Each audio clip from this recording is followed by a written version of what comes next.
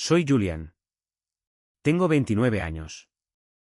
Durante casi 30 años, mi abuela me llamó bastardo en mi cara, tratándome como una enfermedad contagiosa, mientras mis propios padres observaban en un silencio absoluto y cobarde.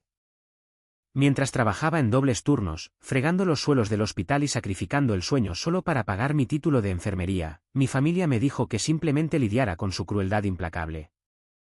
Me explicaron que su inmenso imperio inmobiliario y su futura herencia estaban en juego. Se rieron de mí, me aislaron y me humillaron frente a docenas de invitados en cada reunión festiva. Pero había una cosa que ninguno de ellos sabía. Encontré su caja fuerte oculta. Encontré los documentos sellados de pruebas genéticas. Y ahora mismo, los hijos de oro de este linaje increíblemente tóxico están sentados en su comedor formal, a punto de perder cada cosa que alguna vez pensaron que era suya. Antes de contarte exactamente cómo desmantelé el imperio de mentiras de mi familia, dale a me gusta si crees en la justicia. Y no olvides hacerme saber desde dónde estás viendo esto en los comentarios. Ahora, volvamos a donde comenzó toda esta pesadilla. Estaba parado en la acera, afuera de la extensa propiedad de 3 pisos de mi abuela. El aire de la mañana era fresco y me mordía el rostro con fuerza, pero yo me sentía completamente insensible al frío. Miraba fijamente las enormes rejas de hierro forjado de la propiedad, un lugar que, durante toda mi vida, se había parecido mucho más a una prisión de máxima seguridad que a un hogar familiar. Observé cómo un elegante Rolls Royce negro, hecho a medida, se deslizaba lentamente por el camino circular de ladrillo. La puerta del lado del conductor se abrió, y mi primo Preston salió a la inmaculada acera. Llevaba un traje italiano hecho a medida que, probablemente, costaba más que todo mi salario anual como enfermero registrado. Se ajustó sus caras gafas de sol de diseñador. Miró la enorme casa con ojos codiciosos e intensamente expectantes, y luego me miró a mí, que estaba parado tranquilamente junto a la acera. No saludó con la mano. No dijo hola. No preguntó cómo estaba. Solo me dio esa misma sonrisa de suficiencia, increíblemente arrogante, que había estado practicando en el espejo desde que teníamos 7 años. Preston pensó que llegaba hoy para reclamar su reino. Pensó que esta lectura de testamento, tan anticipada, sería su coronación definitiva. No tenía la menor idea de lo que le esperaba dentro de los gruesos muros de esa casa. Lo vi subir los escalones de piedra, sus zapatos de cuero repiqueteando ruidosamente contra el pavimento, y mi mente retrocedió violentamente hasta los cimientos mismos de la profunda e implacable podredumbre de esta familia. Mi abuela, Beatrice, era la matriarca indiscutible de nuestra familia.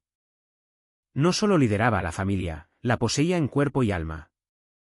Ella controlaba el dinero de la familia, la extensa cartera de bienes raíces, las masivas cuentas de inversión y cada una de las decisiones importantes que se tomaban dentro de nuestro linaje. Era una mujer que se preocupaba por las apariencias públicas, la posición social y el dominio del vecindario, por encima de absolutamente todo lo demás en el mundo. Dirigía las reuniones de la Asociación de Propietarios local como una dictadora implacable e inquebrantable, multando agresivamente a los vecinos por tener el césped del tono equivocado o por dejar sus botes de basura afuera una hora de más. Se sentaba en la primera fila de su iglesia conservadora cada domingo, vistiendo perlas caras y vestidos a medida, dejando billetes de $100 en el plato de la colecta, con un gesto de desaprobación profundamente juzgador permanentemente grabado en su rostro. Para el mundo exterior, era un pilar generoso y fiel de la comunidad. Para mí, era un monstruo.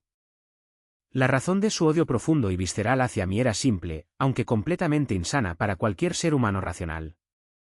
Mis padres, Víctor y Silvia, me habían concebido exactamente 3 meses antes del día de su suntuosa boda. A los ojos sumamente críticos de Beatrice, mi mera existencia era un escándalo andante y viviente que amenazaba directamente su reputación inmaculada y cuidadosamente cultivada. Sus amigas de la iglesia, aparentemente, habían susurrado sobre la boda apresurada 30 años atrás, y ella nunca, jamás, lo superó. Yo era una mancha permanente en su imagen familiar perfecta. Desde el momento en que tuve edad suficiente para comprender el idioma inglés, ella se aseguró de que supiera exactamente cuál era mi lugar designado en el mundo. Yo era un error. Era un pecado. Era un bastardo. Recuerdo que tenía 6 años en nuestra cena anual de Acción de Gracias. La mesa del comedor era una obra maestra absoluta de riqueza, exceso y perfección culinaria. Había un pavó asado enorme, copas de cristal brillantes, cubiertos de plata pesados y elaborados centros de mesa florales que costaban cientos de dólares. Mi tío Harrison y mi tía Penelope estaban sentados cerca de la cabecera de la larga mesa, riendo ruidosamente y bebiendo vino importado caro. Preston y mi otra prima, Clara, peleaban juguetonamente por la espoleta. Sus platos de porcelana estaban repletos de comida rica. Yo era solo un niño hambriento buscando un lugar para sentarse. Tomé un plato pequeño del buffet y caminé hacia una silla de madera vacía, justo al lado de mi madre. Antes de que pudiera siquiera apartar la pesada silla de la mesa, Beatrice me detuvo. Se levantó de su gran sillón forrado de terciopelo, caminó deliberadamente hacia mí y colocó una mano fría, arrugada y pesadamente enjollada sobre mi pequeño hombro. Apretó mi clavícula tan fuerte que, al día siguiente, me dejó un leve moretón. Me miró con ojos que no mostraban afecto, ni calidez, ni humanidad. Me dijo, con una voz lo suficientemente alta para que toda la sala la escuchara, que la mesa principal estaba reservada exclusivamente para los miembros legítimos de esta familia. Apuntó un dedo largo y huesudo hacia la puerta batiente de la cocina. Señaló específicamente un pequeño taburete de madera tambaleante, justo al lado del cubo de basura metálico. Ese era mi asiento. Miré a mi madre. Miré a mi padre. Esperé a que se levantaran. Esperé a que apartaran sus platos caros, tomaran mi mano y salieran por esa puerta principal para proteger a su hijo del abuso emocional. No se movieron ni un centímetro. Mi padre miró fijamente su puré de patatas, con la mandíbula apretada, los nudillos blancos mientras agarraba su tenedor.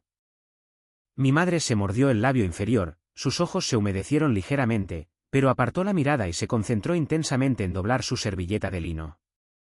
Hicieron su elección en ese mismo segundo. Eligieron su futura herencia, su cómodo estilo de vida y sus futuros fondos universitarios por encima de su propio hijo.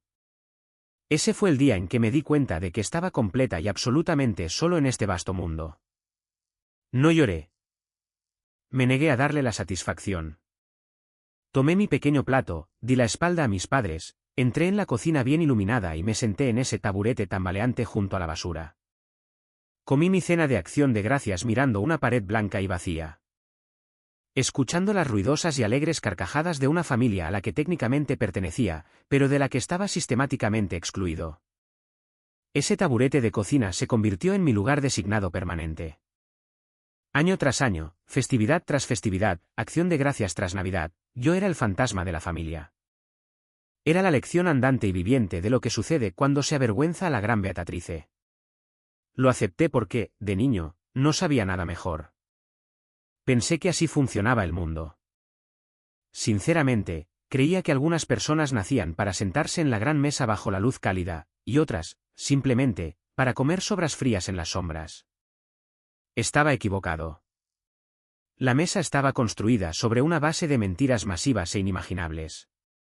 Y yo estaba a punto de usar un martillo para destrozar sus patas. Crecer en ese ambiente tan tóxico y profundamente abusivo distorsionó por completo mi sentido de la realidad, mi autoestima y mi comprensión del amor incondicional. El contraste entre mi vida diaria y la de mis primos no era solo obvio, era agresiva e intencionalmente cruel. Beatrice se aseguraba de ello en cada oportunidad, tratando cada reunión familiar como un escenario para exhibir su favoritismo. Las mañanas de Navidad en esa mansión eran una clase magistral de guerra psicológica. Nos convocaban a todos a reunirnos en su espaciosa sala de estar, alrededor de un imponente pino, decorado profesionalmente, que literalmente tocaba el techo abovedado. El suelo de madera noble siempre estaba cubierto de cajas bellamente envueltas, cintas brillantes y sobres gruesos y pesados que contenían cheques. Beatrice se sentaba en su sillón de terciopelo junto a la chimenea rugiente, actuando exactamente como una reina, distribuyendo riqueza a sus súbditos leales y obedientes. Cuando mi prima Clara cumplió 10 años, recibió un bolso de diseñador Louis Vuitton y un portátil nuevo de última generación. Cuando Preston cumplió 16 años, Beatrice lo vendó, lo llevó a la entrada circular delantera y le entregó las brillantes llaves plateadas de un Porsche clásico, completamente restaurado. Toda la familia aplaudió y vitoreó salvajemente mientras él aceleraba el ruidoso motor con emoción.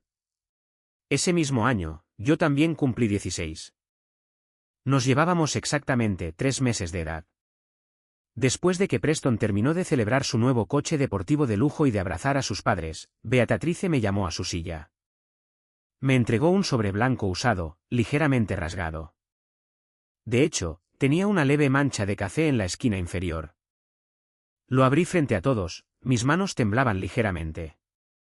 Dentro había un billete de $5 nuevo y un pase de autobús urbano estándar. La miré, confundido, humillado y conteniendo las lágrimas. Me miró directamente a los ojos, su expresión completamente inexpresiva y desprovista de empatía, y me dijo que necesitaba aprender el valor del trabajo duro, porque las personas con mi vergonzoso origen no obtenían viajes gratis en la vida. Preston se sentó en el asiento del conductor de su Porsche y tocó la bocina ruidosamente, riendo histéricamente, mientras yo doblaba cuidadosamente el pase de autobús y lo guardaba en mi barata cartera de lona. La peor parte de estas tradiciones no era la enorme disparidad en el valor económico de los regalos. Podía vivir sin un Porsche. La parte absolutamente peor era el silencio ensordecedor y cómplice de los adultos presentes. El tío Harrison y la tía Penélope solo sorbían su caro ponche de huevo, intercambiaban miradas cómplices y reían suavemente. De hecho, trataban mi continuo abuso emocional como una broma familiar interna. Una vez, escuché al tío Harrison decirle a mi padre en el pasillo que yo era el proyecto definitivo de Beatrice para forjar el carácter. Les parecía absolutamente hilarante que yo tuviera que usar ropa de segunda mano, demasiado grande y con los dobladillos deshilachados, mientras Preston vestía trajes hechos a medida y zapatos de cuero importados. Cuando tenía 20 años, vivía en un terrible apartamento alquilado y deteriorado, en el lado malo de la ciudad. El sistema de calefacción de mi edificio, mal aislado, se averió por completo. Era mediados de enero, y la temperatura exterior bajó a 5 grados bajo cero. Mi cuenta bancaria estaba completamente en números rojos, porque estaba pagando mis clases universitarias de mi propio bolsillo, trabajando en 2 empleos agotadores solo para permitirme la matrícula básica y los libros de texto. Desesperado, muerto de frío y sin otras opciones, me tragué el poco orgullo que me quedaba y llamé a Beatrice por teléfono. Le expliqué la grave situación. Le pregunté si podía simplemente pedirle prestados $100 para comprar un pequeño calentador eléctrico. Le prometí, jurando por mi vida, que le pagaría con mi próximo cheque de la cafetería nocturna donde fregaba platos sucios hasta las 2 de la mañana. Se rió por teléfono. Fue una risa fría, seca y terrible, que sonaba como hojas secas rascando el hormigón. Dijo que darme dinero me haría perezoso, engreído y dependiente.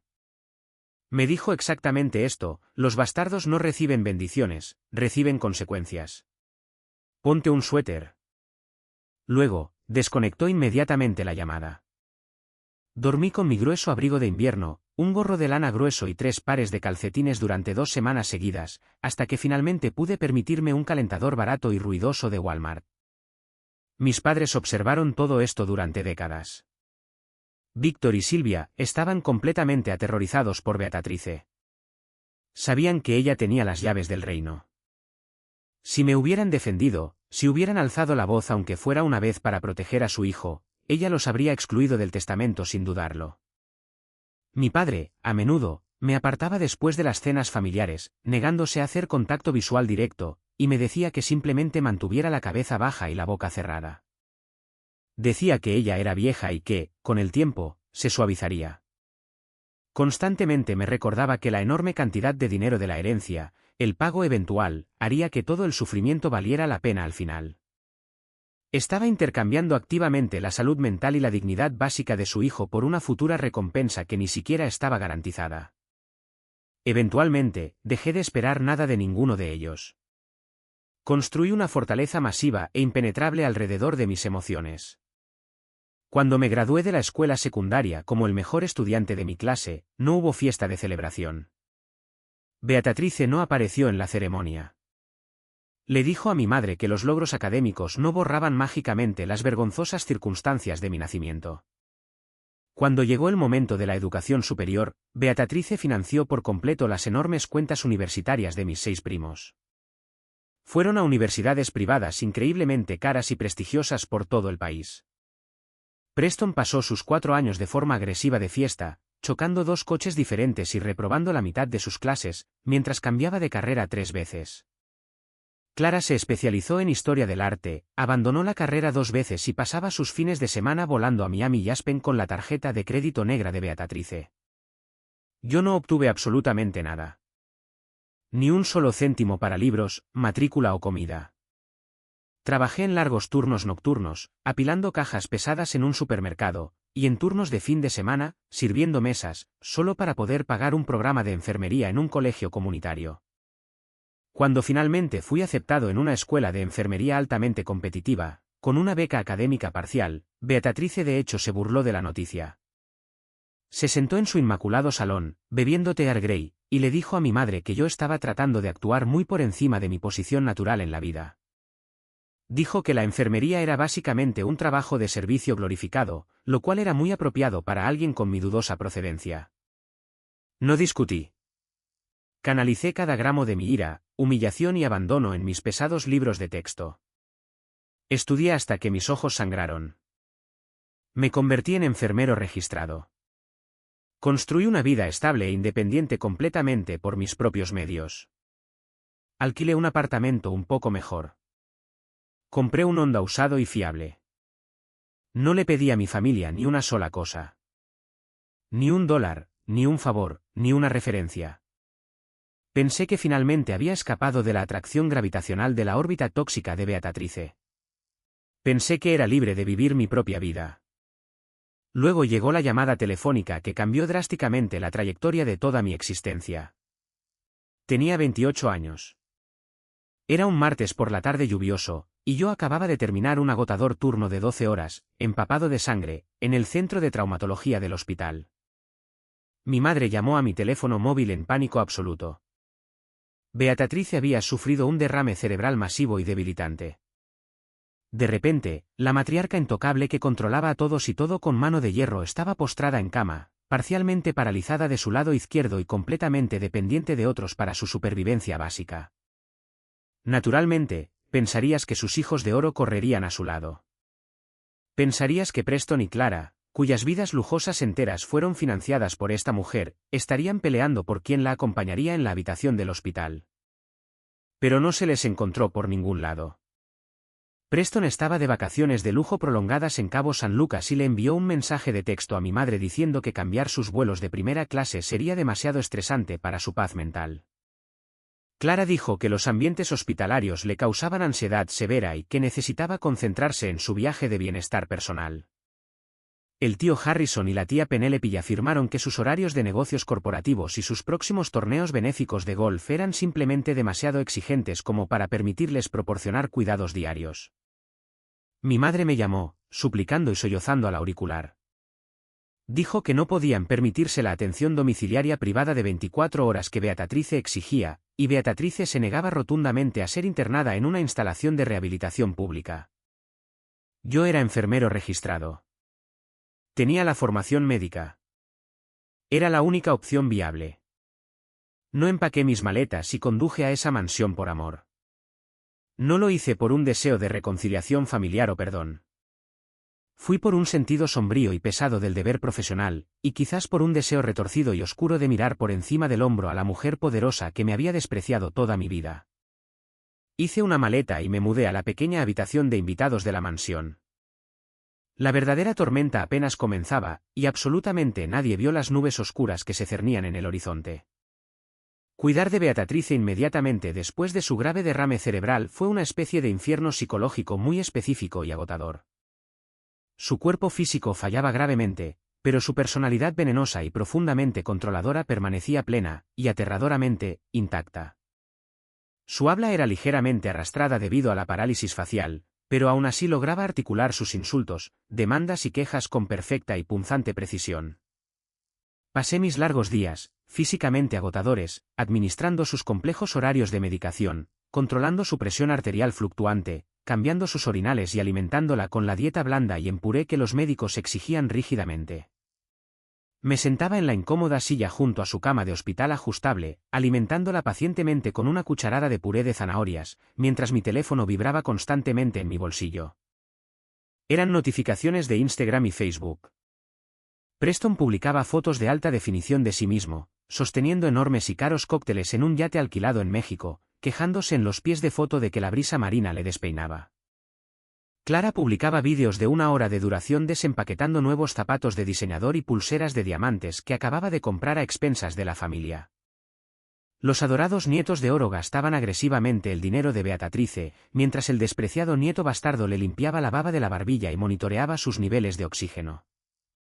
Una tranquila tarde de martes, necesitaba localizar urgentemente los documentos de la póliza de seguro de salud complementario de Beatrice, para programar una sesión especializada de fisioterapia a domicilio.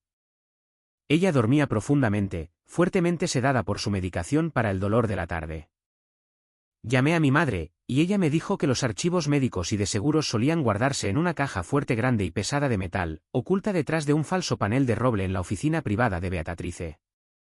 Mi madre me dio la combinación de 6 dígitos por teléfono. Entré en la oficina, revestida de madera oscura.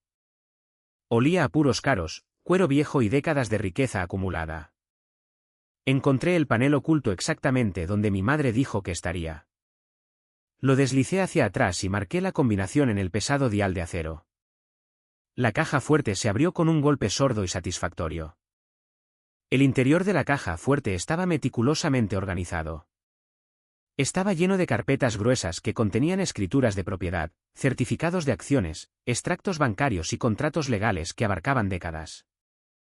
Rebusqué cuidadosamente entre los papeles pesados, buscando la carpeta específica marcada con el nombre de su proveedor de seguros, cerca del fondo del estante inferior, firmemente escondida bajo una pila gruesa de antiguas declaraciones de impuestos de finales de los 1990. Mi mano rozó algo diferente. Era un sobre de manila grueso y pesado. No tenía una etiqueta prolijamente escrita a máquina como el resto de las carpetas. Parecía viejo. Los bordes estaban gastados y ligeramente amarillentos, y la solapa estaba sellada con cinta de embalar transparente y gruesa. Algo muy dentro de mí me dijo que lo abriera. Quizás fue pura curiosidad humana. Quizás fue un instinto afinado por años de sobrevivir en esta casa de secretos y mentiras. Tomé un afilado abrecartas de latón del enorme escritorio de caoba y corté cuidadosamente la cinta adhesiva gruesa. Saqué una pila gruesa de informes de laboratorio médico. Estaban fechados exactamente 20 años atrás. El membrete oficial en relieve, en la parte superior de cada página, pertenecía a una instalación de pruebas genéticas privada, muy exclusiva y muy cara, ubicada en un estado completamente diferente. Fruncí el ceño, escaneando la compleja jerga técnica, los gráficos de alelos y los porcentajes de probabilidad, hasta que llegué a las páginas de resumen en inglés simple, adjuntas al final de cada informe individual. Mi corazón dejó de latir por completo en mi pecho. El aire en la tranquila oficina pareció desvanecerse al instante, dejándome sin aliento.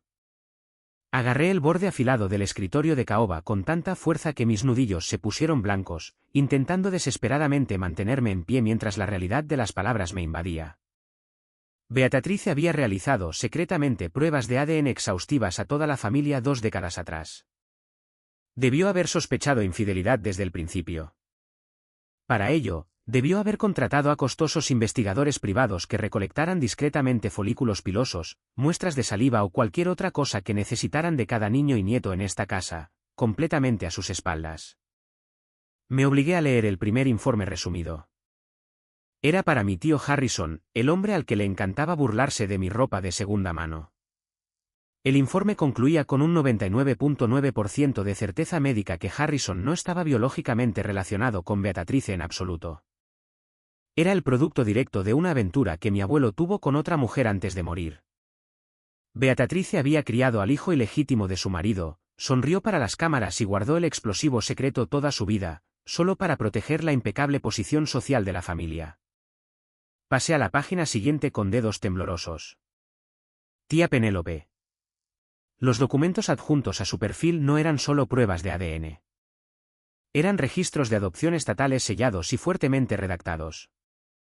Penélope tampoco era la hija biológica de Beatrice.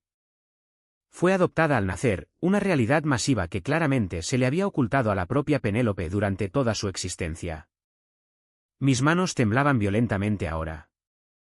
Accidentalmente, se me cayó el pesado sobre, y el resto de los papeles se esparcieron salvajemente por la superficie pulida del escritorio. Me apresuré a recogerlos, mis ojos se movían frenéticamente por los nombres impresos en los informes del laboratorio. Preston, 0% de coincidencia biológica con el linaje familiar. Clara, 0% de coincidencia biológica. Los otros 4 primos, todos testados, todos resumidos, 0% de coincidencia biológica. Los registros genéticos exhaustivos probaron sin sombra de duda que la esposa del tío Harrison había tenido múltiples aventuras a lo largo de su matrimonio. Sus hijos no eran de Harrison.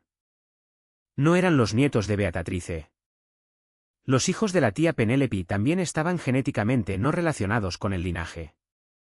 Toda esta familia, esta dinastía intocable de riqueza y privilegio, era una ilusión fabricada, construida sobre cimientos de infidelidad y mentiras. Busqué frenéticamente entre la pila y encontré la última página. Mi padre, Víctor, coincidencia biológica. Él era el único hijo biológico real de Beatrice. Y justo debajo de su archivo estaba el mío, Julian, coincidencia biológica. Miré fijamente la tinta negra sobre el papel blanco hasta que las letras se difuminaron y bailaron ante mis ojos. Era el único de entre 6 primos mimados e increíblemente ricos, de entre tíos y tías que se pavoneaban por este pueblo como realeza intocable. Era el único nieto biológico real que Beatrice tenía en todo este mundo. La mujer que me había torturado implacablemente durante casi 30 años por haber sido concebido 3 meses antes de una boda, había gastado voluntariamente cientos de miles de dólares en nietos que eran completos extraños genéticos para su linaje. Trató a su único nieto real como basura literal, obligándolo a comer junto a un cubo de basura y dándole pases de autobús, mientras financiaba activamente los estilos de vida lujosos y destructivos de completos impostores. Un zumbido agudo comenzó en mis oídos. Me senté pesadamente en la silla de escritorio de cuero sobredimensionada de Beatrice. La magnitud de la traición era tan masiva, tan incomprensiblemente profunda y retorcida, que sentí como si las paredes de la casa se cerraran físicamente sobre mí, aplastando el aire de mis pulmones. Ella lo sabía, las fechas impresas claramente en los archivos del laboratorio demostraban que lo sabía todo 20 años atrás. Cuando le compró a Preston ese Porsche clásico y sonrió para las fotos, sabía que él no era su nieto. Cuando me entregó un billete de $5, me llamó bastardo y me vio tiritar en un apartamento helado, sabía que yo era su única sangre verdadera. ¿Por qué? ¿Por qué haría esto un ser humano? Era su obsesión por castigar el pecado prematrimonial de mis padres tan psicótica que anulaba su propio linaje. Doblé los papeles con movimientos lentos, precisos y mecánicos. Los deslicé de nuevo dentro del sobre de Manila. Saqué mi teléfono móvil, encendí el flash y tomé fotografías de alta resolución, perfectamente claras, de cada página, cada firma, cada gráfico genético. Los subí de forma segura a una unidad en la nube. Luego, coloqué el sobre de nuevo en la caja fuerte, poniéndolo exactamente donde lo encontré, debajo de las declaraciones de impuestos, y cerré la pesada puerta de acero. Salí de la oficina, caminé por el largo pasillo y regresé al dormitorio de Beatrice. Ella estaba despierta ahora. Me miró con sus ojos fríos, penetrantes y exigentes. Apuntó agresivamente un dedo tembloroso a su jarra de agua, exigiendo un vaso. Tomé la jarra de cristal. Vertí el agua lentamente. Le entregué la taza, asegurándome de no derramar una sola gota. No le grité. No lancé el vaso contra la pared. No exigí respuestas. Miré a esta mujer frágil, malvada y profundamente enferma, y una sensación completamente nueva e increíblemente poderosa invadió todo mi cuerpo. Ya no era la víctima en esta casa. Era el verdugo, y solo necesitaba esperar pacientemente el momento perfecto para dejar caer la cuchilla sobre todos sus cuellos. Durante los siguientes 2 agotadores meses, después de ese descubrimiento que cambió mi mundo en la caja fuerte, jugué el juego psicológico más peligroso y calculado de toda mi vida. Me convertí en el actor absolutamente perfecto. Continué con mis deberes diarios como cuidador principal de Beatrice con una precisión absolutamente impecable. La llevaba a cada cita médica. Gestionaba sus agotadoras rutinas de fisioterapia sin una sola queja. Me aseguraba de que sus almohadas estuvieran esponjadas exactamente como a ella le gustaban, y que su té de la tarde estuviera preparado a la temperatura exacta que exigía. Cada vez que hacía un comentario cruel, pasivo-agresivo, sobre mi ropa barata, mi falta de pareja romántica o mi elección de carrera de clase baja, yo simplemente sonreía. Era una sonrisa genuina y cálida que la confundía profundamente. Yo sonreía porque cada insulto que me lanzaba a la cara solo añadía otro pesado ladrillo al enorme muro con el que, finalmente, la aplastaría. Llevaba el conocimiento explosivo de esas pruebas de ADN en mi pecho, como una pistola cargada y amartillada, y el peso de ello me daba una sensación de paz sin precedentes. Mi silencio era mi arma definitiva, y la afilaba cada día. Observé a Preston regresar finalmente de Cabo San Lucas, luciendo un bronceado profundo y costoso, y quejándose ruidosamente en la sala de estar de lo agotado que estaba por los rigores de los viajes internacionales en primera clase. Entró en la casa, apenas me miró, besó a Beatrice en su mejilla no paralizada y, de inmediato, preguntó si podía aumentar su asignación mensual para gastos. Afirmó que la inflación estaba dificultando el mantenimiento de su estilo de vida de lujo, sus cenas caras y el mantenimiento de su coche deportivo. Me quedé en silencio en la esquina de la habitación, sosteniendo la historia clínica de Beatrice contra mi pecho, y la vi firmarle lentamente un cheque enorme. Desesperadamente quise reír a carcajadas. Quería agarrar a Preston por el cuello de su camisa de seda italiana importada, arrastrarlo hasta la caja fuerte y gritarle la verdad absoluta directamente en su arrogante cara. Pero me contuve, mordiéndome la parte interior de la mejilla hasta que sentí el sabor a cobre. Una explosión prematura arruinaría el daño colateral. Necesitaba un impacto devastador máximo. Necesitaba una audiencia. Necesitaba a toda la familia reunida en una habitación cuando la bomba estallara. A medida que las semanas pasaban lentamente, Beatrice recuperó gran parte de su habla y una fracción de su movilidad. Era una fuerza de la naturaleza terca y aterradora, que se negaba a que su cuerpo se rindiera por completo. Una tranquila tarde de finales de otoño, después de terminar de tomarle la presión arterial y registrar los números en su libro de registro, se sentó más erguida en su cama ajustable y me miró intensamente. Me dijo, con una voz que destilaba condescendencia, que había hecho un trabajo adecuado manteniéndola viva y funcional. Era lo más parecido a un cumplido que me había dado en 29 años. Luego, sus finos labios se curvaron en esa familiar y aterradora sonrisa de suficiencia que tan bien conocía.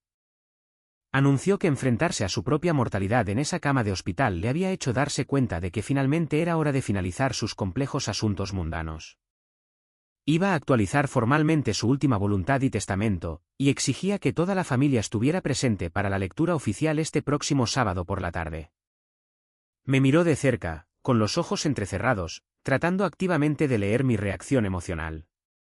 Preguntó, con un tono burlón, casi juguetón, si creía que la familia se sorprendería con sus decisiones finales respecto a la herencia. La miré directamente a sus ojos oscuros y calculadores. No me inmuté. Mantuve mi voz perfectamente plana, completamente profesional y desprovista de cualquier emoción. Le dije que no tenía la menor idea de lo que planeaba hacer con su dinero, pero que estaba completamente seguro de que todos en esta familia recibirían exactamente lo que se merecían. Se rió entre dientes. Fue un sonido seco y traqueteante, profundo en su pecho. No tenía la menor idea de cuán aterradoramente ciertas eran mis palabras. El resto de la semana, previa al sábado, fue una clase magistral de tensión sofocante. El chat grupal de la familia, en el que yo estaba técnicamente incluido pero nunca participé, estallaba constantemente. Mis primos se enviaban mensajes de texto emocionados, prácticamente salivando, haciendo apuestas informales sobre quién obtendría las casas de vacaciones en la playa, quién los coches clásicos y quién se haría cargo de las masivas carteras de inversión. Clara hablaba de comprar finalmente un ático multimillonario en Nueva York. Preston enviaba enlaces a folletos de yates de lujo. Estaban dividiendo el imperio antes de que la reina siquiera muriera. La mañana del sábado llegó gris, fría y pesada, con la promesa de una inminente tormenta. Me desperté temprano en la pequeña habitación de invitados, me puse un traje oscuro, limpio y sencillo que había comprado ya hecho, y bajé a preparar la casa para el evento. Preparé 2 grandes cafeteras de café caro. Organicé las pesadas sillas de caoba en el gran comedor. Coloqué un bloc de notas legal nuevo y un bolígrafo plateado en la cabecera de la mesa para el abogado de la herencia. Exactamente a las 11 de la mañana, el desfile de vehículos de lujo comenzó a entrar por el largo camino circular. El tío Harrison y la tía Penelope llegaron primero, saliendo de un Mercedes nuevo, vestidos con ropas de mañana increíblemente caras y sombrías, como si Beatrice ya estuviera en un ataúd. Clara entró por las enormes puertas delanteras, vistiendo un vestido negro de diseñador que fácilmente costaba más que mi fiable Honda Civic. Preston entró pavoneándose unos minutos más tarde, haciendo girar ruidosamente las llaves de su Porsche alrededor de su dedo índice, mirando alrededor del gran vestíbulo como si ya fuera dueño de las paredes entre las que caminaba. Mis padres llegaron al final. Parecían pálidos e intensamente nerviosos, entrando a la gran casa con la cabeza baja, evitando el contacto visual con todos. Rápidamente tomaron asiento cerca del centro de la larga mesa de caoba pulida, encogiéndose en sí mismos. Entré en la habitación en silencio y tomé asiento. No intenté sentarme en la gran mesa con el resto. Intencionalmente, arrastré una pequeña silla auxiliar y la coloqué justo al lado de la puerta batiente de la cocina. El mismo lugar exacto, las mismas sombras que había ocupado en cada acción de Gracias y Navidad desde que era un niño pequeño, el fantasma de la familia esperando entre bastidores. Clara me miró, sentado junto a la puerta, rodó sus ojos fuertemente maquillados y le susurró algo a Preston detrás de su mano. Ambos me miraron y se rieron disimuladamente. Que se rían, pensé, sintiendo mi corazón latir con un ritmo lento y constante en mi pecho. Disfruten estos últimos minutos fugaces de su falsa realeza. A las 11:30 en punto, las pesadas puertas dobles de roble del comedor se abrieron. Entró una mujer con un traje gris impecable, llevando un grueso maletín de cuero cerrado con llave. Su nombre era Harper, la abogada de Beatrice de toda la vida para asuntos de herencias, fideicomisos y corporativos. Harper era una mujer profundamente formidable. No lidiaba con emociones humanas, lágrimas o dramas familiares. Lidiaba con contratos inquebrantables, leyes vinculantes y realidades brutales e inevitables. Harper caminó decididamente hacia la cabecera de la mesa. Abrió su maletín. El agudo clic metálico resonó ruidosamente en la sala completamente en silencio. Sacó una enorme pila de gruesos documentos legales y los dejó caer con un golpe seco. Miró alrededor de la sala, evaluando los rostros codiciosos, sus ojos se detuvieron en mí en la esquina por una fracción de segundo antes de volverse hacia Beatrice. Beatrice estaba sentada en el extremo opuesto de la mesa, en su silla de ruedas motorizada especializada, pareciendo una araña en el centro de su tela. Beatrice asintió lenta y deliberadamente. La trampa estaba finalmente tendida. La tormenta había llegado. Harper se aclaró la garganta, se ajustó las gafas de montura plateada y comenzó a leer la última voluntad y testamento de Beatrice. El gran comedor estaba tan increíblemente silencioso que podía escuchar mi propio corazón latiendo contra mis costillas, contando los segundos hasta la explosión. Harper estaba de pie a la cabecera de la enorme mesa de caoba, su presencia imponía autoridad absoluta. No sonrió. No ofreció ninguna cálida y reconfortante condolencia sobre el inminente fallecimiento de nuestra matriarca. Tampoco se involucró en la conversación superficial y falsa en la que mi familia se desenvolvía también. Simplemente abrió su grueso maletín de cuero. El agudo clic metálico resonó ruidosamente por todo el gran comedor, sonando casi como el mazo de un juez que exigía orden en una sala de tribunal caótica. Metió la mano y sacó la gruesa carpeta legal, fuertemente encuadernada, que contenía la última palabra absoluta de mi abuela, Beatrice. La habitación estaba tan increíblemente silenciosa que se podía escuchar claramente el pesado péndulo de latón del reloj de pie antiguo, haciendo tic-tac en el pasillo principal. Yo estaba sentado en mi pequeña e incómoda silla de madera, junto a la puerta batiente de la cocina. Mis manos estaban pulcramente dobladas en mi regazo. Estaba perfectamente posicionado para observar los rostros de cada persona en esa habitación. Quería grabar este momento exacto en mi memoria para el resto de mi vida. Harper se ajustó las gafas de montura plateada, deslizando su dedo índice bien cuidado por el grueso pergamino de color crema del documento legal. Comenzó con los legados financieros menores. Leyó la lista de donaciones caritativas con la fría eficiencia calculadora de una máquina procesando datos. $5.000 a la iglesia conservadora local, donde Beatrice había pasado décadas juzgando a sus vecinos. $10.000 a un refugio de animales de alta gama que rescataba exclusivamente perros de raza pura. $20.000 divididos equitativamente entre 3 diferentes fundaciones de investigación del cáncer, altamente publicitadas. Mientras Harper leía estas cifras iniciales, mis tíos y tías se movían incómodos en sus pesadas sillas de madera forradas de terciopelo. El tío Harrison no dejaba de revisar agresivamente su caro reloj Rolex de oro, soltando suspiros bajos y pesados. Estaba claramente impaciente por dejar atrás las donaciones benéficas y pasar a los anuncios reales, relacionados con la masiva cartera de bienes raíces comerciales y los millones en efectivo líquido. La tía Penélope se sirvió un vaso de agua de la pesada jarra de cristal en el centro de la mesa y lo bebió demasiado rápido. Sus manos temblaban ligeramente, con una anticipación apenas contenida.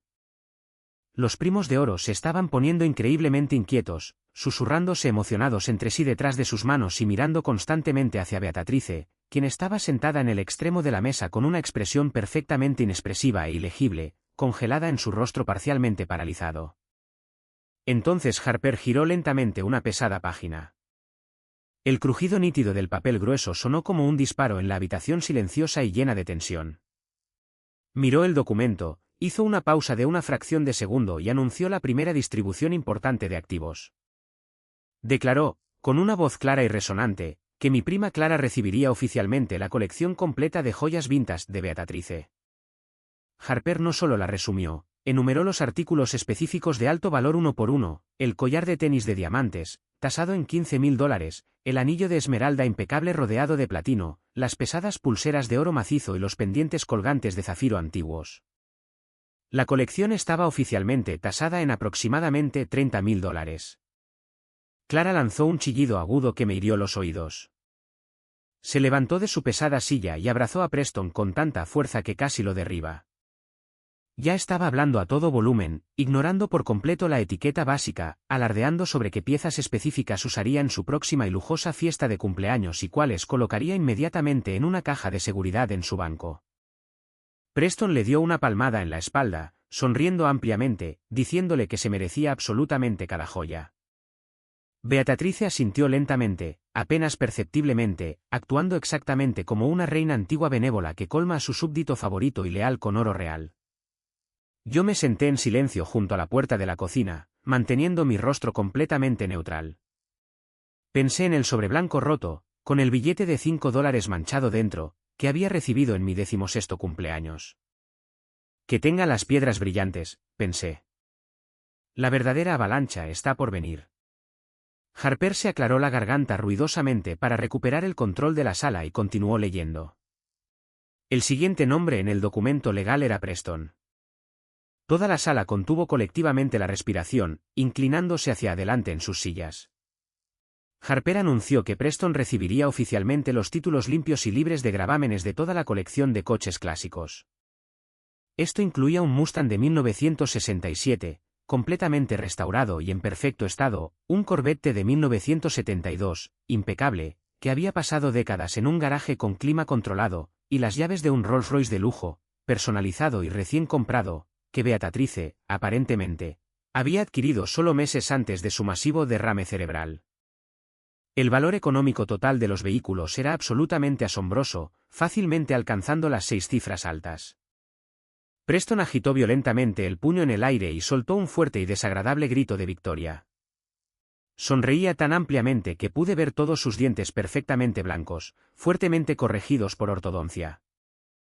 Inmediatamente sacó su teléfono y comenzó a presumir ante Clara sobre cómo vendería el Corvette de inmediato para financiar por completo un viaje de lujo de 3 meses con mochila por Europa, mientras conservaba el Rolls-Royce para su conducción diaria por la ciudad. Beatrice lo miró, sus ojos afilados, y forzó su boca parcialmente paralizada a formar palabras. Le dijo, con voz ligeramente arrastrada pero autoritaria, que cuidara excepcionalmente bien del Mustang, porque había sido el vehículo favorito de su abuelo. Preston le prometió que lo haría, agradeciéndole profusa y ruidosamente, proclamando que era el nieto más afortunado del planeta. El puro y sin adulterar derecho que irradiaba de sus poros era físicamente sofocante.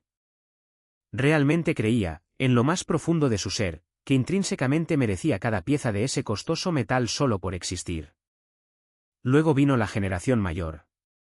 El tío Harrison y la tía Penélope se inclinaron hacia adelante, prácticamente vibrando de codicia. Harper anunció que Harrison recibiría el control y la propiedad total de la cartera de inversiones principal de Beatrice. Leyó las cifras financieras específicas en voz alta, para que todos pudieran escuchar la escala exacta de la riqueza. La cartera contenía una mezcla altamente diversificada y meticulosamente gestionada de acciones de primera línea, bonos municipales exentos de impuestos y fondos mutuos de crecimiento agresivo, valorados en aproximadamente $600.000. Harrison literalmente se levantó de su silla, casi volcando el pesado mueble hacia atrás por su explosiva emoción. Caminó rápidamente alrededor de la enorme mesa de caoba, se inclinó y abrazó a Beatrice con fuerza por sus frágiles hombros. Le dijo que era la madre más grande y generosa del mundo entero.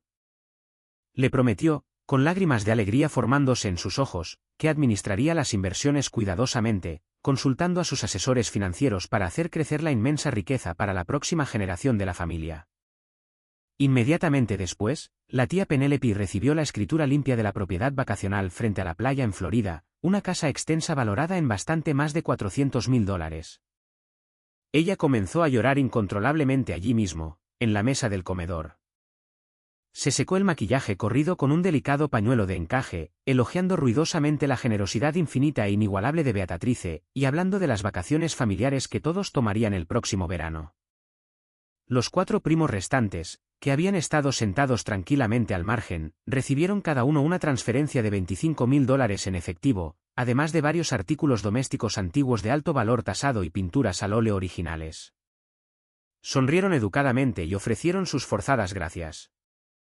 Pero desde mi posición junto a la puerta de la cocina, pude ver claramente la amarga y ardiente decepción reflejada en sus rostros. Habían crecido viendo a Beatrice repartir cheques masivos para fondos universitarios como caramelos, y claramente habían esperado una herencia masiva de 6 cifras para pagar sus deudas y financiar sus estilos de vida. Intercambiaron sonrisas tensas y forzadas entre sí, tratando desesperadamente de ocultar su intensa envidia hacia Preston y Clara. Finalmente, Harper miró la siguiente página del grueso documento. Hizo una pausa, tomó una respiración profunda y pronunció los nombres de mis padres, Víctor y Silvia. Mi padre se sentó completamente erguido, sus hombros rígidos y tensos. Mi madre apretó tan fuerte su pequeño bolso de cuero en su regazo que sus nudillos se pusieron blancos. Harper anunció, con su voz completamente desprovista de emoción, que mis padres recibirían una suma conjunta de exactamente $50.000, junto con la mesa de comedor antigua de la habitación de invitados sin usar y el reloj de pie que actualmente estaba en el pasillo. El silencio que siguió instantáneamente a ese anuncio fue físicamente doloroso. $50.000 eran una miseria absoluta en comparación con las masivas fortunas que los impostores acababan de recibir. Los muebles usados se sintieron como un insulto deliberado, calculado e increíblemente cruel, un recordatorio físico e innegable de que apenas eran considerados miembros legítimos de la familia. El rostro de mi padre se tensó por completo, adquiriendo un tono rojo oscuro y peligroso. Intentó forzar una sonrisa educada y agradecida, pero su mandíbula estaba tan apretada que pensé que sus dientes podrían romperse bajo la presión. Mi madre extendió la mano por debajo de la mesa y le agarró la mano. Sus ojos se fijaron firmemente en su regazo. Ambos asintieron rígidamente y agradecieron en silencio a Beatrice, con voces forzadas y completamente humilladas. Nadie más en la mesa pareció siquiera notar o preocuparse por la enorme y flagrante disparidad. El tío Harrison estaba demasiado ocupado sonriendo a su teléfono, probablemente ya iniciando sesión en sus cuentas de corretaje. Clara sostenía sus muñecas desnudas hacia la luz de la araña, imaginando las pulseras de diamantes brillando contra su piel. Preston tecleaba rápidamente en su teléfono, probablemente obteniendo cotizaciones de seguros para el Rolls Royce. Mis padres estaban completamente acostumbrados a este trato brutal. Estaban acostumbrados a ser los receptores menores, acostumbrados a ser castigados públicamente por un antiguo error percibido. Se tragaron su orgullo y aceptaron las migajas. Harper hizo una pausa de nuevo. Se volvió lentamente hacia la última y más gruesa página de la última voluntad y testamento. Levantó la vista de los documentos legales, y por primera vez desde que entró en la casa, me miró directamente a mí. Toda la habitación quedó completa e inquietantemente en silencio. Todas las cabezas se giraron simultáneamente para mirarme, sentado en mi silla barata y chirriante junto a la puerta de la cocina. Pude sentir físicamente sus ojos quemándome la piel. Prácticamente podía escuchar sus arrogantes pensamientos internos, preguntándose qué pequeña y ofensiva cantidad simbólica, qué basura absoluta, recibiría el bastardo de la familia. Preston tenía una sonrisa de suficiencia desagradable y superior pegada en la cara, como si estuviera intentando activamente no reírse a carcajadas ante mi inminente humillación. Clara me miró con una lástima pura, sin adulterar y repugnante. El tío Harrison se recostó pesadamente en su silla, cruzando los brazos sobre el pecho, esperando ansiosamente el remate final de la broma. Mis padres miraban a Harper, preparando sus cuerpos para cualquier migaja humillante que Beatrice hubiera decidido arrojarme por haber sido concebido fuera del matrimonio. Beatrice también me estaba mirando directamente. Su rostro estaba completamente en blanco, ilegible y aterradoramente calmado. El silencio se prolongó durante lo que pareció una eternidad absoluta. No rompí el contacto visual con la poderosa abogada. Mantuve mi rostro perfectamente neutral, mis manos completamente quietas en mi regazo. Estaba listo. Harper tomó una respiración profunda. Su voz resonó fuerte y clara, haciéndose eco nítidamente en el revestimiento de madera oscura de la habitación. Anunció que yo, Julian, recibiría oficialmente la escritura limpia y libre de gravámenes de la residencia principal de Beatrice, la misma y masiva propiedad en la que estábamos sentados. La propiedad estaba completamente pagada, sin hipoteca, y oficialmente tasada en $1.200.000. Antes de que alguien pudiera siquiera procesar esa información que destrozaría el mundo, antes de que una sola persona pudiera abrir la boca para objetar, Harper elevó ligeramente su voz y continuó leyendo a un ritmo rápido. Afirmó que yo también heredaría las principales cuentas corrientes de Beatrice y todas las cuentas de ahorro de alto rendimiento, sumando aproximadamente $800.000 en efectivo líquido y sin ataduras. La habitación comenzó a vibrar físicamente con la conmoción. Pero Harper aún no había terminado. Asestó el golpe fatal final. Anunció que yo también recibiría la propiedad absoluta y total de las propiedades inmobiliarias comerciales restantes, que incluían 3 edificios de alquiler en el centro de la ciudad, altamente rentables y completamente alquilados, valorados en aproximadamente $1 millón combinados. La herencia total, dejada única y exclusivamente a mí, era de aproximadamente $3 millones. Pensé que lo peor había pasado. Pensé que el shock del dinero sería el clímax de la tarde. Estaba tan increíblemente equivocado. El gran comedor estalló instantáneamente en un caos absoluto y desquiciado. Preston de hecho gritó. No fue una palabra, solo un sonido gutural, animalístico y fuerte de pura indignación sin filtro, mientras se levantaba de su pesada silla con tanta violencia que ésta se estrelló contra la pared detrás de él. El tío Harrison comenzó a gritar a todo pulmón, golpeando ambas manos planas sobre la pulida mesa de caoba, haciendo que los vasos de agua de cristal temblaran violentamente y se derramaran. Clara se agarraba el pelo, sacudiendo la cabeza violentamente de un lado a otro, gritando, «No, no, esto es una broma. Esto tiene que ser un error horrible», una y otra vez, su voz quebrándose de puro pánico.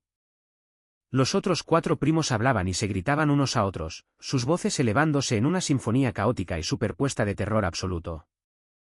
Mis padres estaban completamente congelados en sus sillas.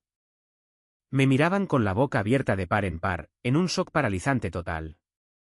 Mi padre parecía como si le hubiera caído un rayo. «Esto es una locura», gritó Preston, su rostro adquiriendo un tono morado moteado y peligroso. Me apuntó con un dedo agresivo y tembloroso directamente al pecho desde el otro lado de la enorme mesa. Él no merece ni un solo maldito céntimo. Es un bastardo. Ni siquiera es una parte respetada de esta familia. Este es mi dinero. Estoy llamando a mi abogado litigante de inmediato, bramó el tío Harrison, sacando frenéticamente su costoso teléfono inteligente del bolsillo de su traje a medida. Sus manos temblaban tanto que se le cayó el teléfono sobre la mesa. Todo este documento legal es un fraude masivo. Esto no se sostendrá en ningún tribunal de sucesiones de este estado. Aquí hay pruebas claras e innegables de influencia indebida. Él manipuló a una mujer enferma, vulnerable y anciana mientras la cuidaba. Esto es abuso de ancianos. El ruido era absolutamente increíble. Un rugido ensordecedor de derechos destrozados. Todos gritaban preguntas agresivas, exigiendo explicaciones inmediatas y lanzando protestas legales agresivas, todo al mismo tiempo. La pura codicia, la desesperada aferración a la riqueza no ganada, era asfixiante de presenciar. Harper alzó la voz, intentando mantener el control profesional de la sala, pero la familia estaba completa y absolutamente desquiciada.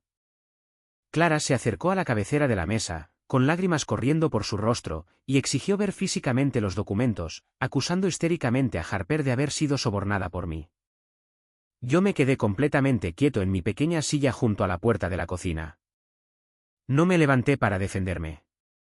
No grité de vuelta.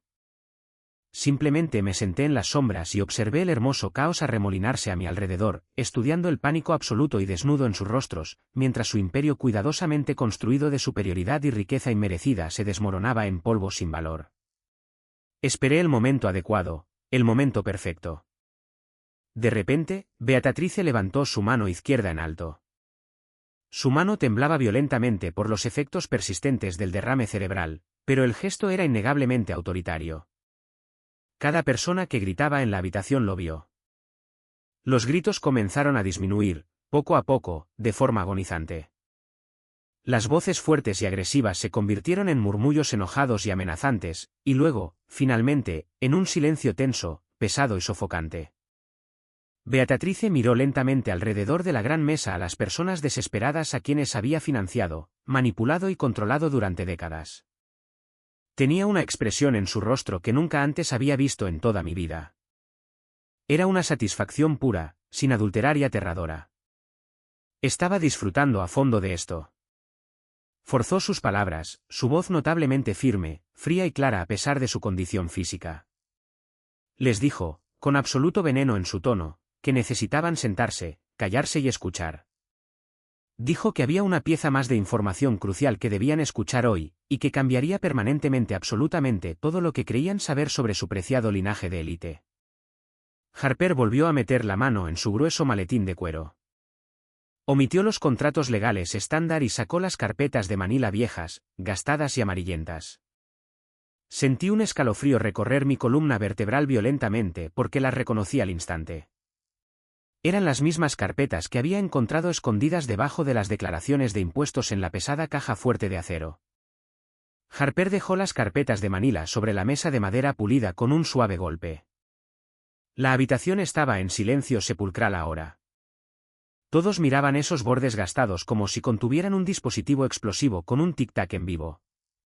Me di cuenta, en ese mismo momento horrible, de que Beatrice sabía que yo había encontrado las pruebas de ADN. Lo había sabido todo el tiempo. Toda esta lectura del testamento, la distribución estratégica e insultante de los activos menores, la herencia impactante y explosiva que se me concedió, todo fue su último juego psicológico retorcido y psicopático. Había planeado meticulosamente cada segundo de este evento solo para ver a la familia destrozarse violentamente para su propia diversión. Beatrice habló de nuevo. Anunció claramente, y sin una pizca de duda o remordimiento, que había ordenado pruebas de ADN genéticas exhaustivas y altamente precisas a cada uno de los hijos y nietos de la familia, exactamente 20 años atrás. La habitación quedó tan completa y aterradoramente silenciosa que pude escuchar claramente la lluvia inminente comenzando a golpear las grandes ventanas de cristal del comedor. Dijo que había sospechado fuertemente la infidelidad desenfrenada en la familia durante años, y que finalmente había decidido gastar el dinero para descubrir la verdad biológica absoluta e innegable. El color se drenó instantáneamente por completo del rostro de Preston. Cayó pesadamente en su silla, su boca abriéndose y cerrándose como un pez asfixiándose fuera del agua. Clara agarró el borde de la mesa de caoba, sus uñas perfectamente cuidadas se clavaban ferozmente en la costosa madera. El costoso teléfono del tío Harrison se le resbaló de su mano sudorosa y temblorosa, y cayó ruidosamente al suelo, la pantalla resquebrajándose. Harper abrió la primera carpeta de Manila. Sacó los informes de laboratorio oficiales en relieve, con los prominentes membretes médicos, y los extendió sobre la mesa para que todos pudieran ver claramente los gráficos y diagramas genéticos. Nadie movió un solo músculo para tocarlos. Miraron los papeles blancos como si estuvieran empapados en veneno letal. Beatrice miró directamente a los ojos grandes y aterrorizados del tío Harrison. Le dijo, con una voz tan fría y dura como el hielo sólido, que no era su hijo biológico.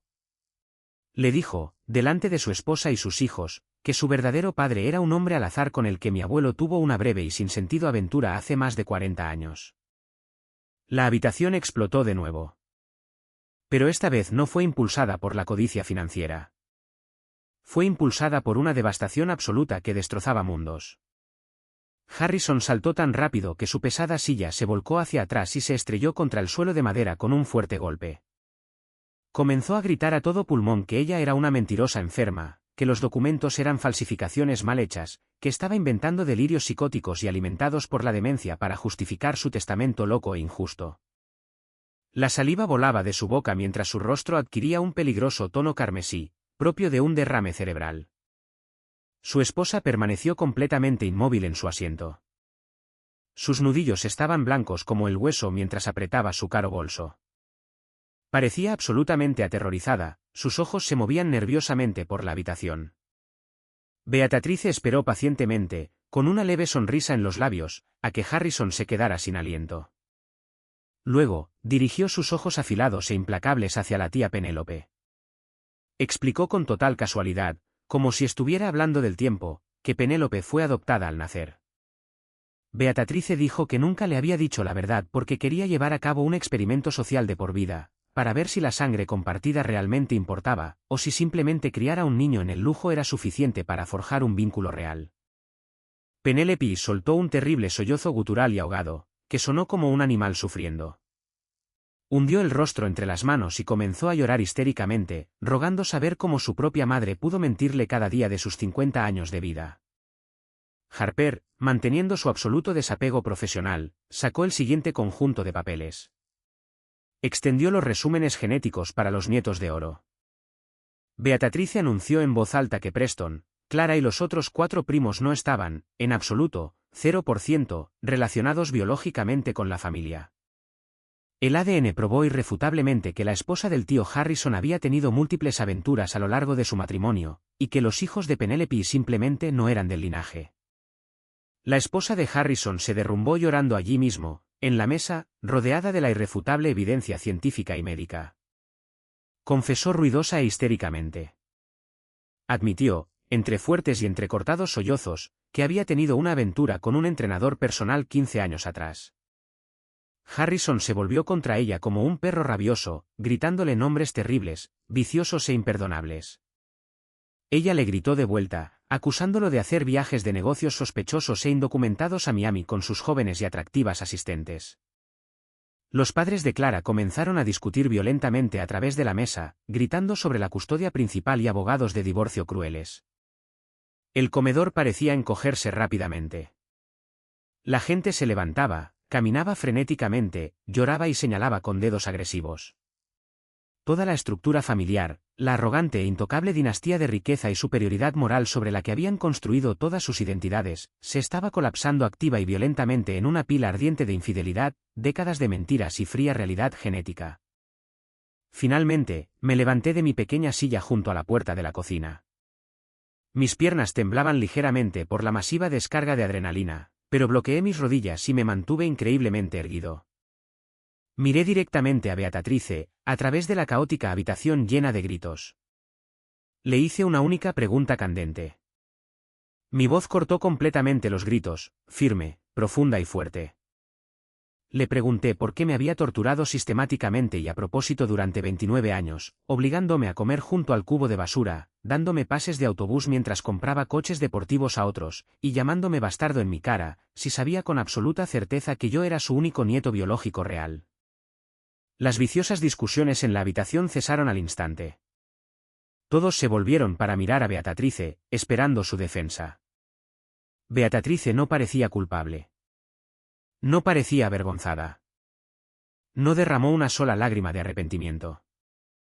Me miró fijamente a los ojos y declaró, con una convicción escalofriante y absoluta, que quería ver si yo resultaría débil, patético y sumiso como mi padre, o si la extrema dificultad me haría lo suficientemente fuerte y despiadado como para ganarme lo que era legítimamente mío. De hecho, llamó a mi vida de abuso emocional severo una prueba de carácter necesaria y altamente efectiva. Dijo que yo había pasado la prueba brillantemente al dejar de lado mi orgullo y cuidarla después del derrame. Y gracias a sus métodos brillantes y duros, ahora era multimillonario. Me miró con expectación. De hecho, esperaba que le diera las gracias. Me sentí físicamente mal del estómago. Miré a esta mujer frágil, dándome cuenta con absoluta claridad de que era verdaderamente y sin remedio malvada. Le dije, mi voz resonando en la tranquila habitación, que su prueba era psicótica. Le dije que el dinero nunca podría deshacer 3 décadas de profundo trauma psicológico.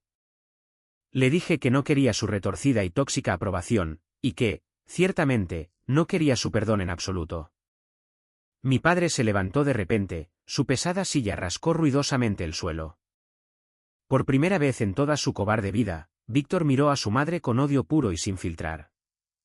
Le preguntó, su voz temblaba de rabia, cómo pudo obligarlo a ver a su único hijo ser tratado como basura humana, mientras a nietos falsos e ilegítimos se les entregaban coches deportivos y enormes fondos universitarios.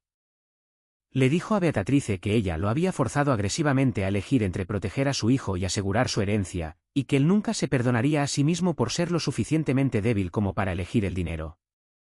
Y le dijo, señalándole la cara con un dedo tembloroso, que él jamás la perdonaría. Cogí mi abrigo del respaldo de la silla. No les dije una palabra más a ninguno de ellos. Les di la espalda a los gritos, al llanto histérico y a las ilusiones rotas de la familia de élite. Y salí por la puerta principal, hacia la lluvia helada y purificadora. Pensé que la batalla había terminado. Estaba tan increíblemente equivocado. Las consecuencias inmediatas de la explosiva lectura del testamento fueron un implacable, agotador y altamente agresivo baño de sangre, de desesperadas amenazas legales y egos completamente destrozados. Para el martes por la mañana, mientras yo registraba cuidadosamente los signos vitales de los pacientes en el hospital, mi teléfono móvil estaba absolutamente inundado de correos de voz agresivos y amenazantes. El tío Harrison había contratado inmediatamente a un abogado litigante corporativo altamente agresivo e increíblemente caro en el centro. Su abogado dejó un mensaje amenazante y legalmente denso, afirmando que estaban presentando una orden judicial de emergencia para congelar instantáneamente todos los activos de la herencia y impugnar activamente el testamento basándose en la supuesta falta de capacidad mental de Beatrice. El abogado de la tía Penélope llamó 2 horas después, alegando que yo había ejercido influencia indebida sobre un adulto vulnerable y exigiendo que todo el documento fuera desestimado en el Tribunal de Sucesiones, amenazando con una demanda pública masiva. No entré en pánico.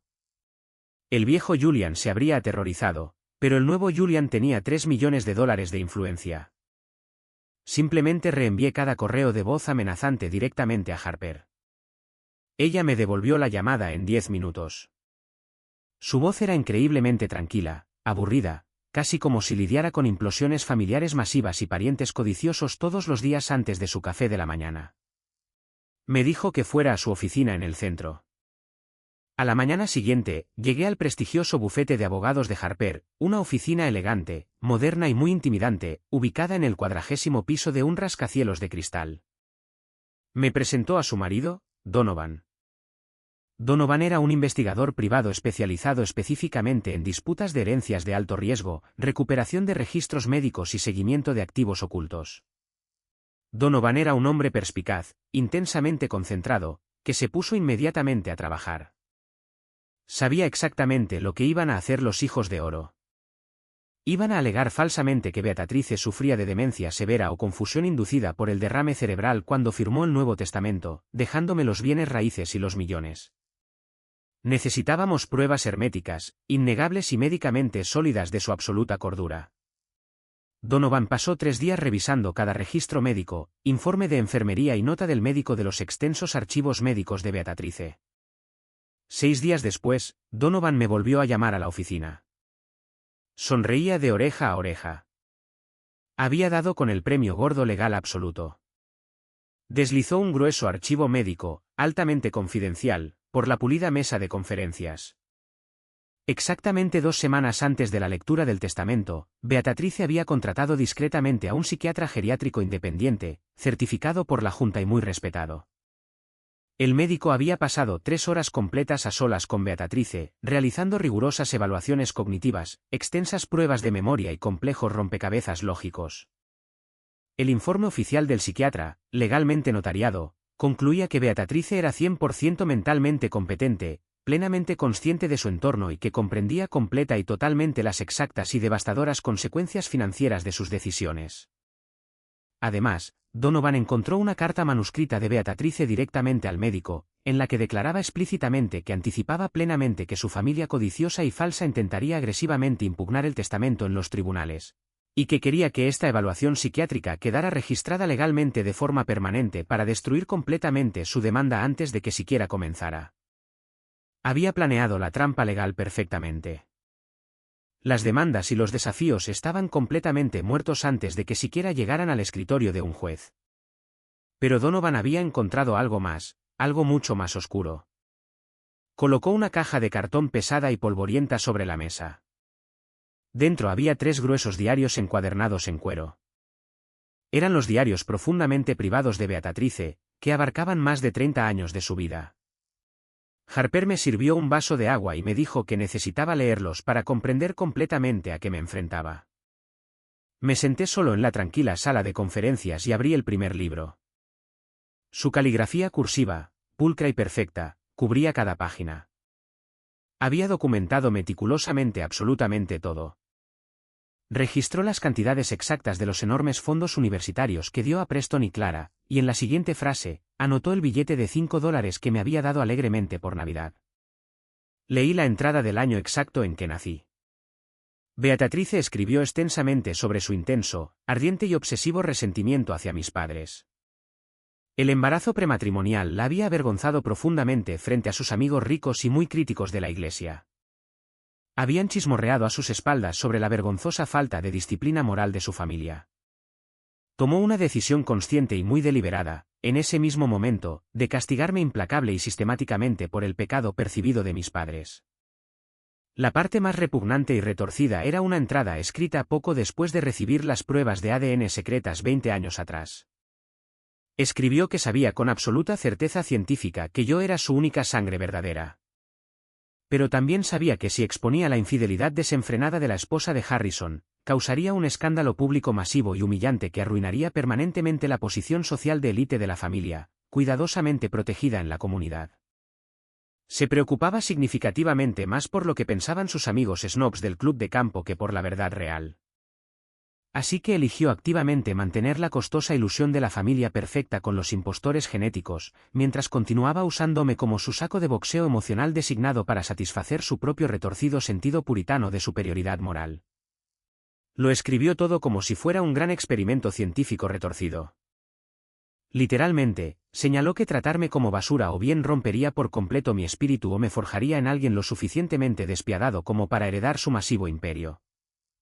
Cerré los diarios. No lloré. El último vestigio de esperanza que tenía de que mi abuela fuera simplemente un producto de una generación estricta y anticuada se desvaneció por completo en el aire. Ella no era estricta. Era una sociópata profundamente calculadora, altamente maliciosa e impenitente. Armada con la evaluación psiquiátrica a prueba de balas y la intención maliciosa documentada explícitamente, escrita en sus propios diarios, Harper presentó una moción brutal y abrumadora para un juicio sumario. Cuando los caros abogados de Harrison vieron el informe psiquiátrico y se dieron cuenta del masivo y profundamente humillante escándalo público que estallaría instantáneamente si los diarios y las pruebas de ADN se incluían en el registro judicial público para que los medios los vieran, retrocedieron de inmediato. 3 meses después, cada desafío legal fue formalmente desestimado con prejuicio. Oficialmente, había terminado legalmente. Yo era el propietario legal indiscutible de la herencia de $3 millones, las propiedades de alquiler comerciales y la masiva residencia principal. Mi primer acto de propiedad fue llamar a un agente inmobiliario comercial de alto nivel. Puse a la venta la extensa y opresiva mansión de Beatrice a la mañana siguiente. Me negué a pasar una sola noche en esa casa de horrores. Cada habitación estaba permanentemente manchada con recuerdos dolorosos y traumáticos. La cocina donde comía junto al cubo de basura. El camino de entrada donde Preston obtuvo su Porsche. La casa se vendió en menos de 2 semanas a un rico promotor corporativo por $1.300.000 en efectivo. Firmé los papeles de cierre, entregué las pesadas llaves de hierro y sentí como un peso masivo y asfixiante se levantaba completamente de mi pecho. Nunca miré hacia atrás. Pensé que estaba listo para seguir adelante, Pero el pasado siempre encuentra la manera de exigir un cierre. 6 meses después de la explosiva lectura del testamento, Beatrice falleció tranquilamente en una instalación de enfermería de alta gama, fuertemente monitoreada. Su corazón, que fallaba, simplemente se detuvo mientras dormía. El funeral se celebró un jueves por la mañana lluvioso en su prestigiosa y masiva iglesia.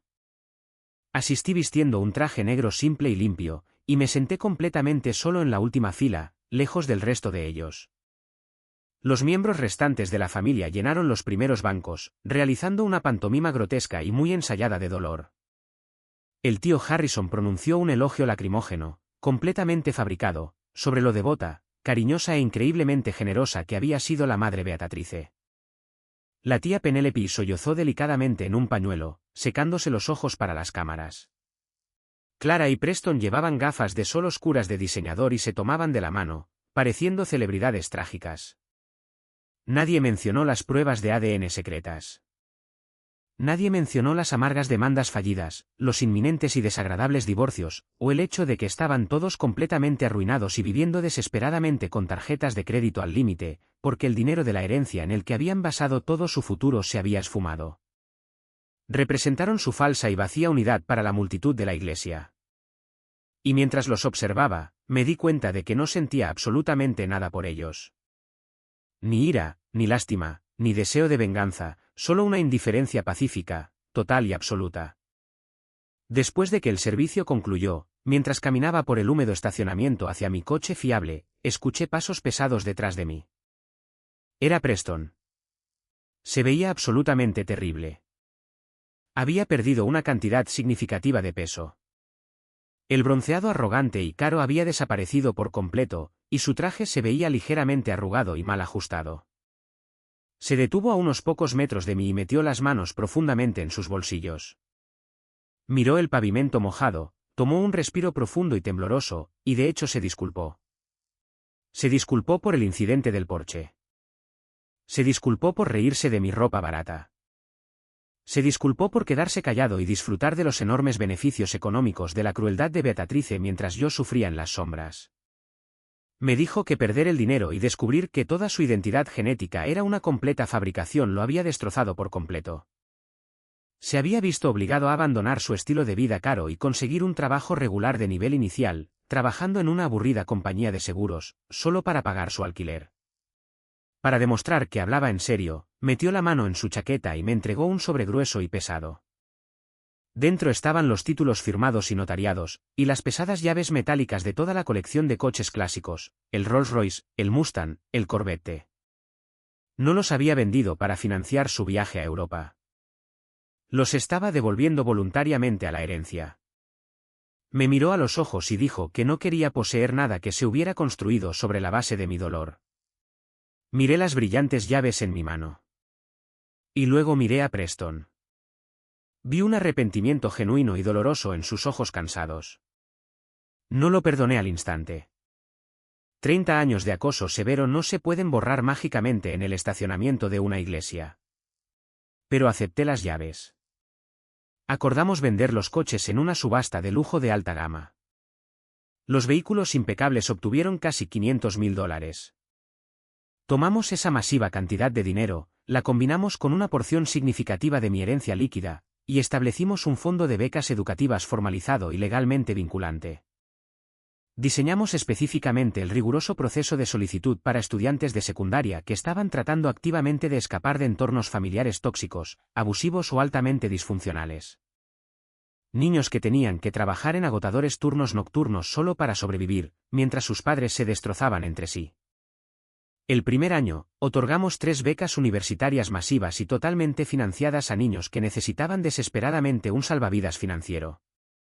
Ver a esos estudiantes resilientes llorar lágrimas de absoluto alivio en el escenario del auditorio finalmente le dio al dinero sucio y manipulador de Beatrice un propósito limpio, hermoso y que cambiaba vidas.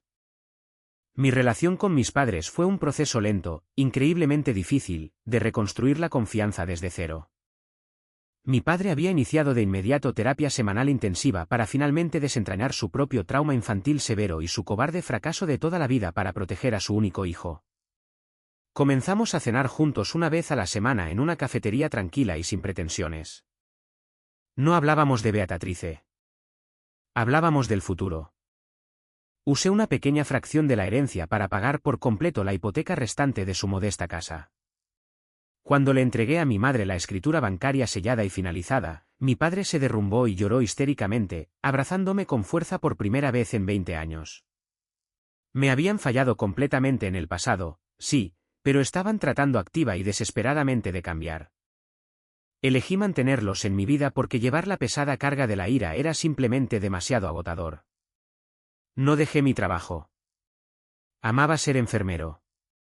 Amaba el ambiente caótico y de alto riesgo del hospital, la profunda sensación de ayudar genuinamente a personas que no podían ayudarse a sí mismas. Fue durante un turno nocturno particularmente brutal y caótico de 12 horas en la sala de emergencias que conocí a Evelyn. Ella era una enfermera de traumatología recién transferida. Pasamos 4 agotadoras horas trabajando codo a codo, estabilizando a víctimas críticamente heridas de un masivo accidente en cadena en la carretera. Ella era increíblemente tranquila, altamente competente y tenía un sentido del humor agudo y sarcástico que inmediatamente me atrajo. Comenzamos a tomar café juntos después de nuestros agotadores turnos.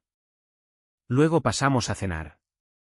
Evelyn escuchó toda mi caótica y tóxica historia familiar sin juzgar, sin retroceder y sin mirarme con una lástima molesta.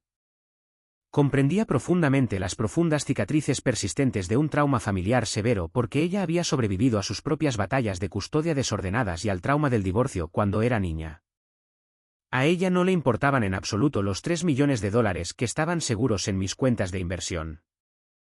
Le importaba el hombre que aún se presentaba cada noche para fregar la sangre del suelo del hospital y sostener las manos de los pacientes moribundos. Un año después del funeral, Evelyn y yo fuimos a buscar bienes raíces juntos. No quería una mansión masiva, resonante y opresiva. Compré un hermoso y moderno condominio de 3 dormitorios con ventanas de piso a techo, con vistas al exuberante parque de la ciudad. Pasaba mis fines de semana felizmente pintando las paredes con los colores brillantes exactos que quería, comprando muebles cómodos y acogedores que elegí yo mismo, y llenando el espacio abierto con cientos de libros y plantas verdes. Era el primer espacio físico en toda mi vida que se sentía enteramente, completamente seguro. Era un hogar construido completamente bajo mis propios términos, completamente libre de los fantasmas oscuros y juiciosos del legado de Beatrice. Una tranquila tarde de martes, mientras el sol se ponía y proyectaba una luz dorada cálida y hermosa sobre nuestra sala de estar, le pedí a Evelyn que se casara conmigo. No compré un diamante masivo, llamativo y molesto. Compré un anillo vintage simple, elegante y profundamente significativo. Dijo que sí antes de que siquiera terminara la pregunta, abrazándome. Actualmente estamos planeando una boda muy pequeña y muy íntima. No habrá grandes iglesias, ni centros de mesa florales excesivamente caros, y absolutamente ningún drama familiar tóxico y performativo. Solo mis padres, Preston, que ahora está mucho mejor, algunos amigos cercanos y leales del hospital, y la familia de apoyo de Evelyn. Estaremos frente a personas que realmente nos aman y nos respetan profundamente. Y construiremos un árbol genealógico completamente nuevo. Un árbol fuerte con raíces profundas y sanas, completamente libre del suelo tóxico y envenenado del pasado. Beatrice se esforzó al máximo por romperme, solo para probar un punto enfermo y retorcido sobre la moralidad. Pero todo lo que realmente hizo al final fue entregarme las herramientas financieras y emocionales exactas que necesitaba para construir una vida hermosa, pacífica e increíblemente plena, que ella nunca, jamás, podría tocar. Muchas gracias por escuchar mi historia hoy. Navegar por un trauma familiar severo es una de las cosas más difíciles de hacer en la vida, porque la sociedad nos dice constantemente que tenemos que perdonar a los parientes de sangre, sin importar lo que nos hagan. Pero a veces, lo más saludable, valiente y necesario que puedes hacer por tu propia supervivencia es levantarte, alejarte de la mesa tóxica, dejar que su imperio se queme hasta los cimientos y construir tu propia casa segura. ¿Alguna vez has enfrentado algo similar con dinámicas familiares tóxicas, favoritismo injusto o disputas de herencia descabelladas? Comparte tu historia única en los comentarios a continuación. Leo cada una de ellas para recordarme que no estoy solo. Y no olvides darle a me gusta y suscribirte para no perderte el próximo viaje.